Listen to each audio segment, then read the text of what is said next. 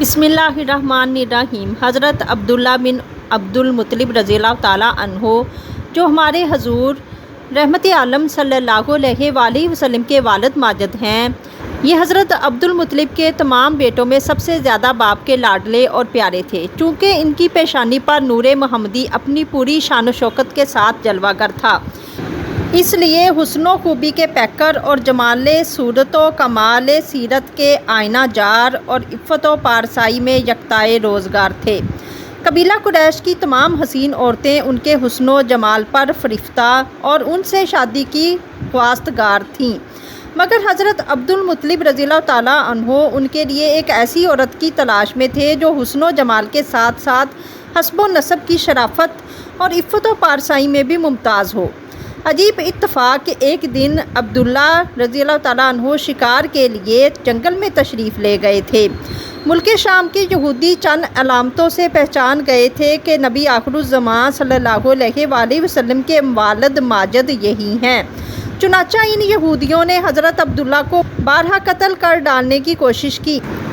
اس مرتبہ بھی یہودیوں کی ایک بہت بڑی جماعت مسلح ہو کر اس نیت سے جنگل میں گئی کہ عبداللہ رضی اللہ تعالیٰ عنہ کو تنہائی میں دھوکہ سے قتل کر دیا جائے، مگر اللہ تعالیٰ کی حفاظت نے اس مرتبہ بھی اپنے فضل و کرم سے بچا لیا۔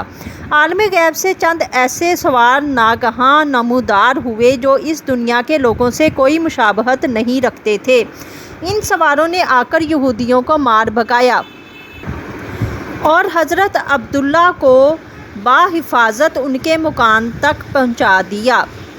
وہب بن مناف بھی اس دن جنگل میں تھے، انہوں نے اپنی آنکھوں سے یہ سب کچھ دیکھا، اس لیے ان کو عبداللہ رضی اللہ تعالیٰ عنہ سے انتہائی محبت و عقیدت پیدا ہو گئی، اور گھر آ کر یہ عزم کر لیا کہ میں اپنی نور نظر حضرت آمنہ رضی اللہ تعالیٰ عنہ کی شادی عبداللہ ہی سے کروں گا۔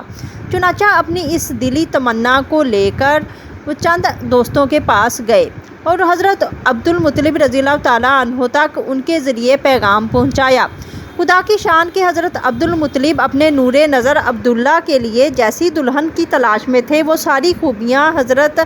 بی بی آمنہ بنت وہب رضی اللہ تعالیٰ عنہا میں موجود تھیں۔ حضرت عبدالمطلب رضی اللہ تعالیٰ عنہ نے اس رشتہ کو خوشی خوشی منظور کر لیا۔ چنانچہ 24 سال کی عمر میں حضرت عبداللہ کا حضرت بی بی آمنہ رضی اللہ تعالیٰ عنہا سے نکاح ہو گیا، اور نور محمدی صلی اللہ علیہ وآلہ وسلم حضرت عبداللہ سے منتقل ہو کر حضرت بی بی آمنہ کے شکم اطہر میں جلوہ گر ہو گیا۔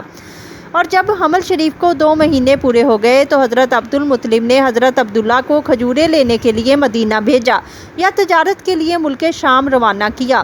وہاں سے واپس لوٹتے ہوئے مدینہ میں اپنے والد کے ننہال بنو عدی بن نجار میں 1 ماہ بیمار رہ کر 25 برس کی عمر میں وفات پا گئے اور وہیں دار النابغہ میں مدفون ہوئے۔